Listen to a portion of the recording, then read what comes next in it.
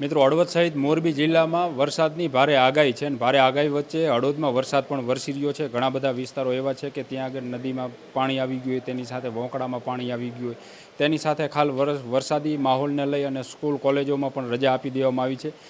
સાથે જ પ્રાંત અધિકારી પણ અહીંયા હળવદમાં જ છે અને પ્રાંત અધિકારી સાથે જ આપણે થોડી વાત કરી. સાહેબ, વરસાદની ક્યાં સુધીની આગાહી છે અને શું હાલ અત્યારે પરિસ્થિતિ? વરસાદની આવતીકાલ રાત સુધીની આગાહી છે. અત્યારે મોરબી જિલ્લો રેડ ઝોનમાં આવે છે અને આવતીકાલે ઓરેન્જ ઝોનમાં છે. પણ અત્યારે આપણે આજ પૂરતું જ એટલા માટે રાખવું જોઈએ કે ગઈકાલ કરતાં પણ આજે પરિસ્થિતિ જોઈએ તો બદલી છે. એટલે દર 24 કલાકે પરિસ્થિતિ બદલતી હોય એટલે આવતીકાલની સ્થિતિની કાલે ખબર પડે. પણ હાલની સ્થિતિમાં તો કાલે પણ ઓરેન્જ એલર્ટ પર છે અને આજે આપણે રેડ ઝોનમાં છીએ. અને વરસાદની વાત કરીએ તો છેલ્લા 4 કલાકમાં 58 mm વરસાદ થયો છે, એટલે 2.5 ઇંચ જેવો વરસાદ થાય. મારે સૌ લોકોને એ વિનંતી છે કે બિનજરૂરી ઘરની બહારથી નીકળવાનું ટાળે.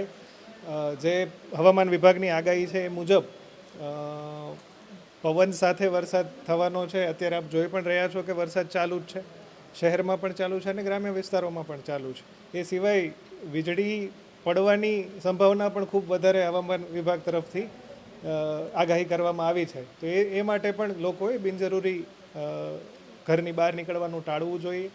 એ સિવાય જે અમને સૂચના મળેલી છે અને લોકોએ જે ધ્યાન રાખવાની બાબત છે એમાં જે પશુઓ છે એને ખાસ કોઈ પશુપાલકો બાંધેલા ના રાખે, કારણ કે પશુઓને તરતા આવડતું જ હોય છે. પાણી ભરાશે તો એ તરીને જતા રહેશે અને પાછા આવી જશે, પોતાના ઘરે પરત એના માલિકની ઘરે આવી જ જવાના છે. બાંધેલા હશે તો ડૂબી જવાનો પ્રશ્ન ઉદ્ભવતો હોય છે.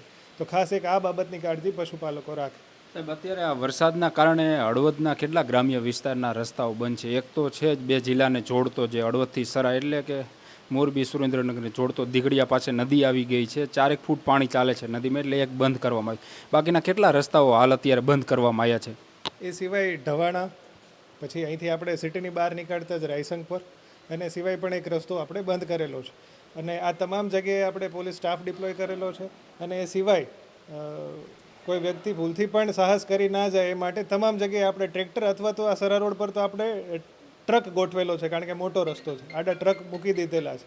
એ સિવાય પણ કોઈ લોકોને જો જાણકારી મળતી હોય તો એ તાલુકાના ડિઝાસ્ટર કંટ્રોલ રૂમ પર જાણ કરી શકે છે, તો એ ત્વરિત અમે ઉપર એક્શન લઈશું. એ સિવાય એક જગ્યાએ વૃંદાવન ફાર્મ પાસે કે ત્યાં એક વૃક્ષ પડવાની ઘટના બનેલી હતી, તો એ પણ હાલ અત્યારે હટાવી દીધેલું છે.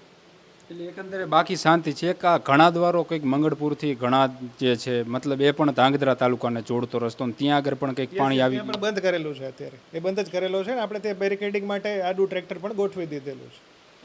લોકોને શું અપીલ? કારણ કે આખું તંત્ર જે છે એ કંટ્રોલ રૂમ શરૂ કરવામાં આવ્યો છે, ખડે પગે છે. અત્યારે કંઈ પણ એવી પરિસ્થિતિ જણાય તો શું કરવાનું? ખાસ તો જે સિટીમાં નીચાણવાળા વિસ્તારો છે, તો એ લોકોને મારી વિનંતી છે કે આશ્રય સ્થાનોમાં એ લોકો જ્યારે પણ જરૂર પડે છે પાણી વધારે, હાલની સ્થિતિ જોતાં મારે ચીફ ઓફિસર સાથે પણ સંપર્કમાં છે, એ પોતે ફિલ્ડમાં છે અત્યારે. હાલ એવી કોઈ પરિસ્થિતિ સર્જાઈ નથી, પણ આવી શકે છે આજ સાંજ સુધીમાં જો વરસાદ આમને આમ રહે તો એમના સંબંધીઓને ઘરે જતા રહે અથવા તો જે આપણા આશ્રય સ્થાનો છે ત્યાં એમને શિફ્ટ થઈ જવું પડે.